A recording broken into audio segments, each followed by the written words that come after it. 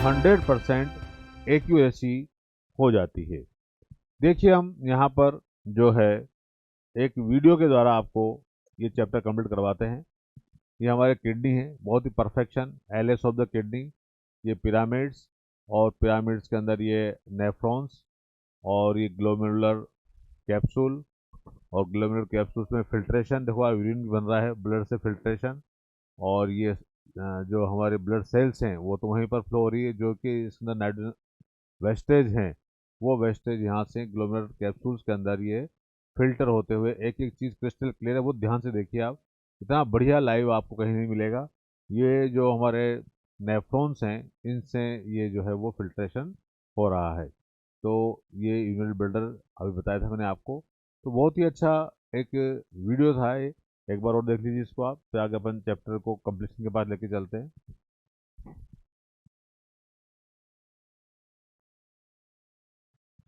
ये नेफ्रॉन्स है, ये ग्लोमेरुलर कैप्सूल्स है बच्चों, और ये देखिए आप ब्लड का यहाँ फिल्ट्रेशन हो रहा है।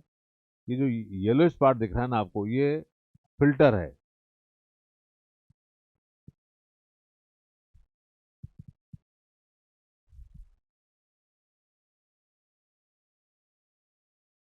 ब्लड के अंदर से ये वाला पार्ट जो ग्लोमेरुलर फिल्ट्रेट आ रहा है, देखिए आप यहीं से फिर हमारा पीसीडी डीसीटी में होता हुआ ये यूरिन यहाँ आता है यूरिनरी ब्लडर के अंदर। क्लियर है क्या बच्चों? सबको दिखा है यहाँ पर फिल्ट्रेशन होता हुआ? बहुत अच्छा, बहुत बढ़िया। तो जो एक्सक्रीटरी सिस्टम्स हैं उसके अंदर हम गोल्डन की पॉइंट से कुछ हमारे की जो स्पेसिफिक पॉइंट्स होते हैं वो वहाँ से क्वेश्चन बनते हैं कि, तो हमने आपके लिए कुछ, अच्छा इस का मॉड्यूल आपके पास है कि नहीं? अच्छा, तो एनसीईआरटी बुक तो है आपके पास, और कोई ऑब्जेक्टिव बुक है जिससे आप क्वेश्चन सोल्व करें?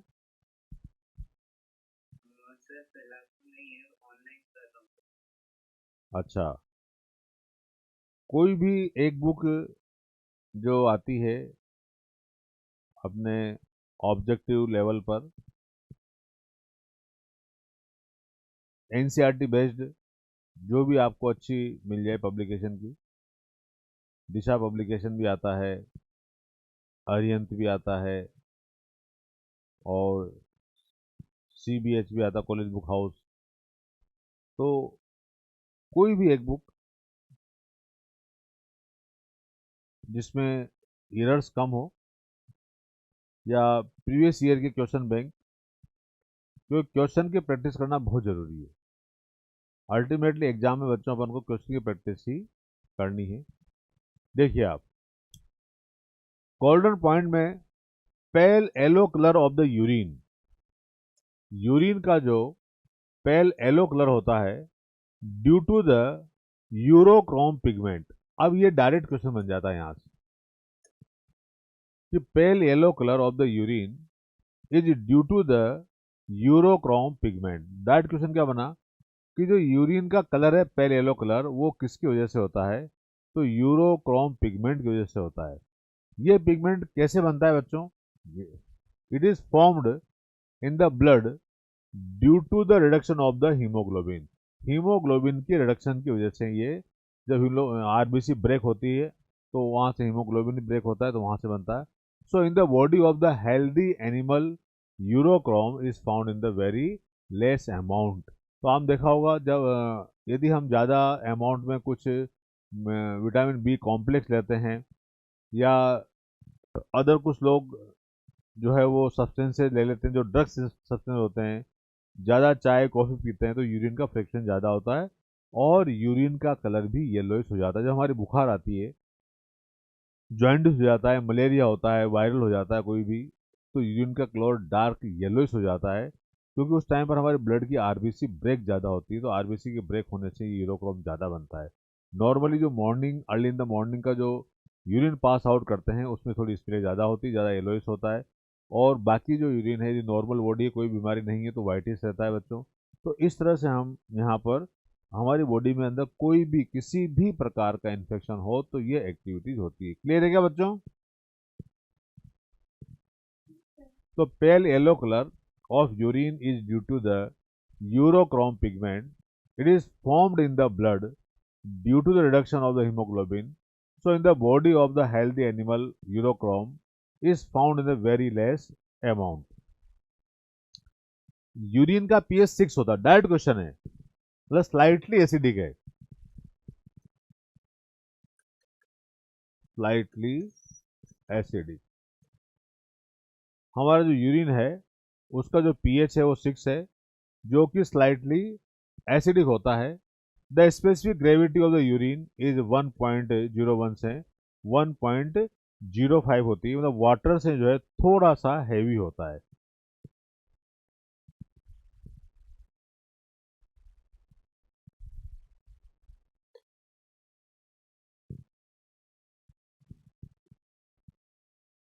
तो यूरिन के अंदर ये 3-4 बातें थी। पेल yellow colour of the urine is due to the urochrome pigment. It is formed in the blood due to the reduction of the hemoglobin. So in the body of the healthy animal, urochrome is found in the very less amount. pH of urine 6 है, the specific gravity of the urine 1.01 से 1.05 है। Iron excreted out through urine are mainly monovalent ion. जो ions बाहर निकलते हैं उनमें कौन कौन से आयंस बाहर होते हैं बेटा? एक तो सोडियम है, पोटेशियम है, क्लोराइड है, बाइकार्बोनेट है ना। तो H3O+ है, ये आयंस जो हैं वो एलिमिनेट होते हैं इसके अंदर। Ions removed out through the फैकल मैटर, फैकल मटेरियल से भी आयंस का जो है वो बाहर निकलते हैं। Are mainly divalent and trivalent ions, calcium ion है, मैग्नीशियम है, फॉस्फेट है, कार्बोनेट है, ये जो आयंस हैं ये भी बाहर निकलते हैं। क्लियर है बच्चों? Substances which are completely reabsorbed are called as the high threshold substances, जैसे ग्लूकोज है और एमिनो एसिड्स हैं, तो कंप्लीटली रीअब्जॉर्ब हो जाते हैं। यदि मान लीजिए ये सब्सटेंसेज हमारे फैकल मटेरियल से या यूरिन से पास आउट हो रहे हैं, इसका मतलब बॉडी के अंदर प्रॉपर जो ऑर्गन्स है वो डिसफंक्शन में है, क्योंकि यहाँ पर कंप्लीटली इनका रीएब्जॉर्प्शन हो जाना चाहिए ग्लूकोज का और अमीनो एसिड्स का। तो substances which are completely reabsorbed are called high threshold substances, glucose and amino acid. Substance which are not reabsorbed, जिनका रीअब्जॉर्प्शन नहीं होता है बच्चों, at all are called as athreshold substances, जैसे इनुलिन है, सल्फेट है, पारा है, इसका अमीनो हिप्योरिक एसिड PAHA, ये हमारे बॉडी के अंदर मेटाबॉलिक एक्टिविटीज जब होती हैं, एनाबॉलिक एंड कैटाबॉलिक, तो बाय प्रोडक्ट के रूप में बनते हैं। ये टॉक्सिक सब्सटेंसेज है बच्चों, और इनको बॉडी से एलिमिनेट किया जाना जरूरी होता है। यदि इनकी क्वांटिटी हमारी बॉडी में रह जाती है तो कोई भी टॉक्सिक इफेक्ट आते हैं। तो यहाँ पर substances which are not reabsorbed at all are called as athreshold substances. Inulin, inulin ये इंसुलिन नहीं, ध्यान रखना, इनुलिन है, तो कंप्लीटली यूरिन से पास आउट कर दिया जाता है। सल्फेट्स हैं, पारा अमीनो हिप्योरिक एसिड हैं। Substances which are reabsorbed the body are demand of variable threshold substances, जैसे इलेक्ट्रोलाइट्स हैं और वाटर है। तो सब्सटेंसेज विच आर रीएब्जॉर्ब्ड, इनका वापस रीएब्जॉर्प्शन होता है। The body are demand of the variable threshold substances, electrolytes हैं और वाटर है। Substances which are less reabsorbed called low threshold substances, जैसे यूरिया। मैंने बताया था आपको कि 20 से 30 मिलीग्राम पर 100 ml ऑफ जो ब्लड है ये हमारे यूरिया होता है। यदि लेर मोर देन 40 मिलीग्राम पर 100 ml ऑफ ब्लड यदि हो जाता है तो इसे अपन बोलते हैं यूरेमिया। और यूरेमिया भी एक तरह का जो है वो एनीमिया ही है, जिसमें कि हमारी आरबीसी डिस्ट्रॉय होने लग जाती है। क्लियर है बच्चों?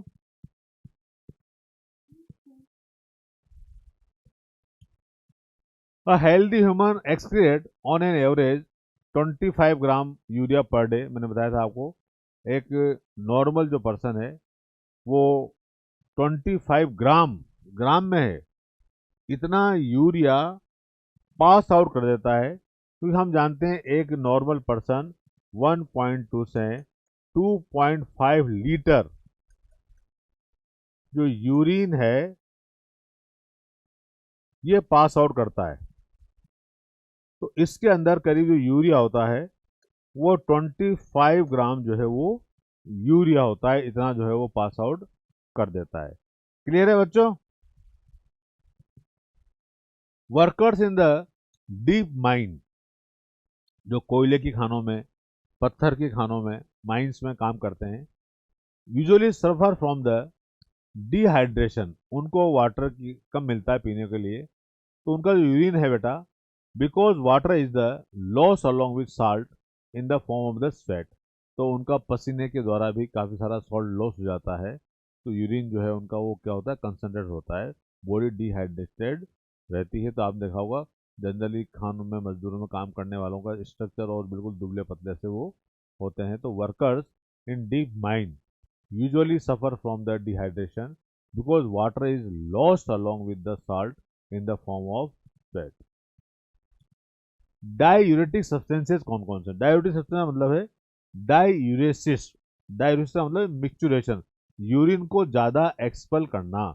तो diuresis substances, substances which increase the urine formation are called as diuretic substances. इसमें टी है, चाय है अपनी, कॉफी है और एल्कोहल है। जो लोग इनका ड्रिंक के रूप में यूज करते, चाय सभी लोग पीते हैं करीब करीब, लेकिन ज़्यादा यदि पीते हैं, एक या दो तो कोई बात नहीं, कॉफ़ी है, मेनली एल्कोहल है, तो इस ये सब डायूरेटिक एजेंट्स हैं। तो इनका यूज ज़्यादा करने से जो है वो डायूरेसिस, ये प्रॉब्लम होती है। क्लियर है बच्चों? चलिए, तो diuretic substances which increase the urine formation are called the diuretic substances tea, coffee and alcohol. If glucose remain the unreabsorbed from PCT, हम जानते हैं ग्लूकोज जो है ये फिल्टर होता है ग्लोमेरुलर फिल्ट्रेट के अंदर और reabsorb from the PCT, unreabsorb, वापस यदि रीएब्जॉर्ब नहीं होता है, then comes out through the urine, यदि यूरिन से बाहर निकलता है, this condition called as glycosuria. Glycosuria का मतलब है ग्लूकोज की प्रेजेंसी है यूरिन के अंदर, glucose present in the urine, where is this disease is called as the diabetes mellitus. Clear है बच्चों? इस डिजीज को डायबिटीज मेलियटस कहते हैं। दो तरह की डायबिटीज होती है, बताया भी था मैंने आपको। आई आई नहीं होता, आई एम होता है। इसका मतलब यह हुआ कि जो इंसुलिन है, इंसुलिन की डिफिशियंसी से डायबिटीज मेलियटस ये डिजीज होती है। और एक और डिजीज होती है जो एडीएच हार्मोन, इसकी डिफिशियंसी से जो डिजीज होती है उसे डायबिटीज इंसिपिडस बोलते हैं, इंसिपिडस। क्लियर है क्या बच्चों? Diabetes insipidus cause by the deficiency of the ADH hormone. ADH hormone का दूसरा नाम है वैसोप्रेसिन, एंटी डायबिटिक हार्मोन्स या वैसोप्रेसिन।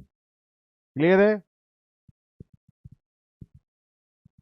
तो if glucose remain the unreabsorbed from the PCT, then comes out through the urine. यही diabetic, भाई glucose का reabsorption नहीं हुआ तो हमारी जो सेल्स है बच्चों, उनके अंदर ग्लूकोज प्रॉपर नहीं पहुंचेगा, ग्लूकोज की डिफिशियंसी रहेगी और ग्लूकोज को हम यूरिन से पास आउट कर रहे हैं। तो डायबिटिक एक तरह से एक सिंड्रोम हो जाएगा जो मल्टीपल सिम्टम्स डेवलप करेगा बॉडी के अंदर, ब्लड प्रेशर को इंक्रीज कर देगा और भी कई सारी जो डिजीज है वो हमारी बॉडी में कर सकता है। क्लियर है क्या बच्चों? तो डायबिटीज मेलियटस डिजीज किसकी डिफिशियंसी से होती है?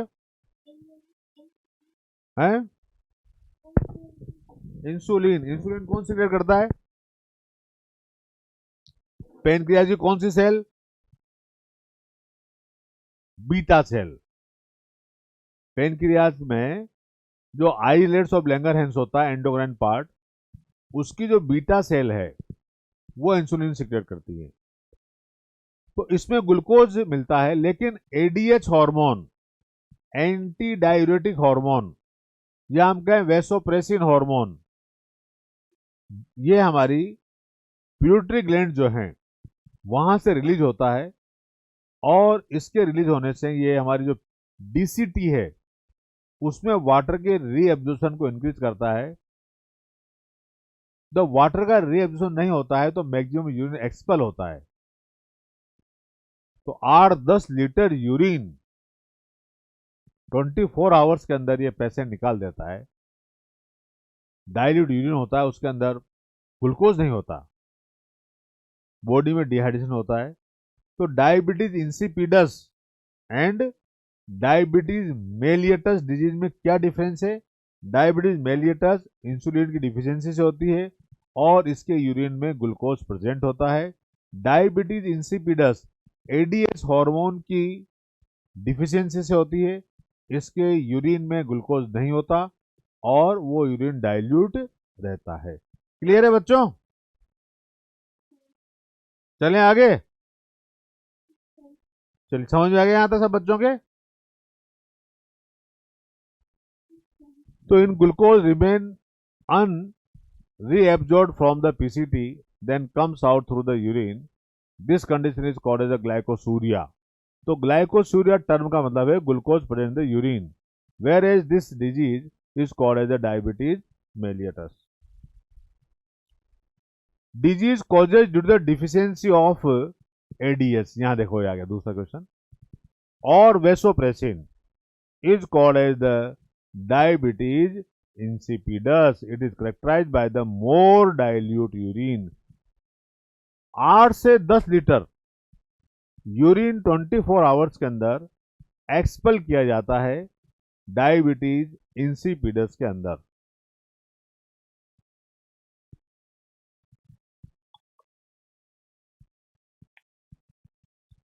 ठीक है बच्चों? चलें आगे। याद हो गया हमको सब तक को? Urea formation take place the liver. Urea कहां बनता है? लीवर में बनता है। कौन सा साइकिल चलता है? Ornithine cycle. कौन कौन मिलकर के यूरिया का फॉर्मेशन करते हैं? Ammonia and carbon dioxide. कौन कौन करते हैं बच्चों? हाँ, और urea elimination by the kidney. तो ये सारे के सारे गोल्डन पॉइंट्स थे। Blood vessels with maximum urea, सबसे ज्यादा यूरिया कौन सी ब्लड वेसल में होगा? Hepatic when.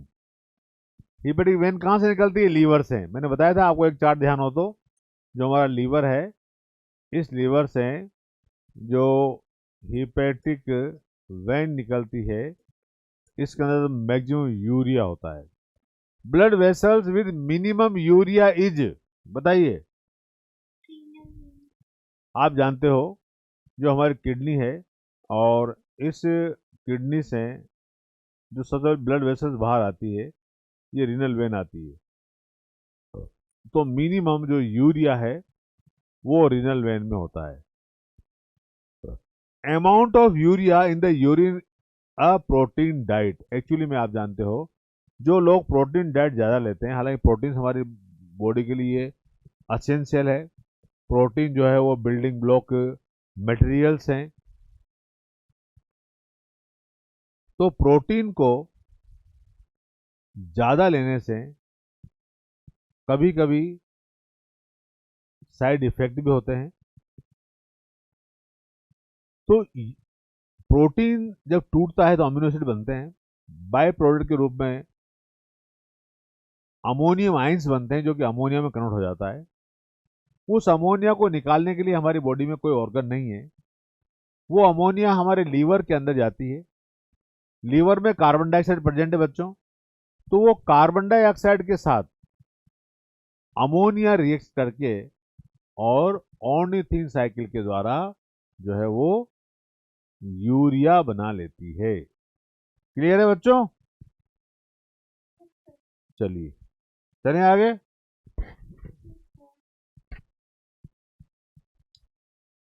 तो ब्लड वेसल्स विद द, ये डायरेक्ट क्वेश्चन है, आप प्रीवियस ईयर क्वेश्चन सॉल्व करोगे आपको सारे मिलेंगे। Blood vessels with the maximum urea is the hepatic when, blood vessels with the minimum urea is the renal vein, amount of urea in urine a protein diet,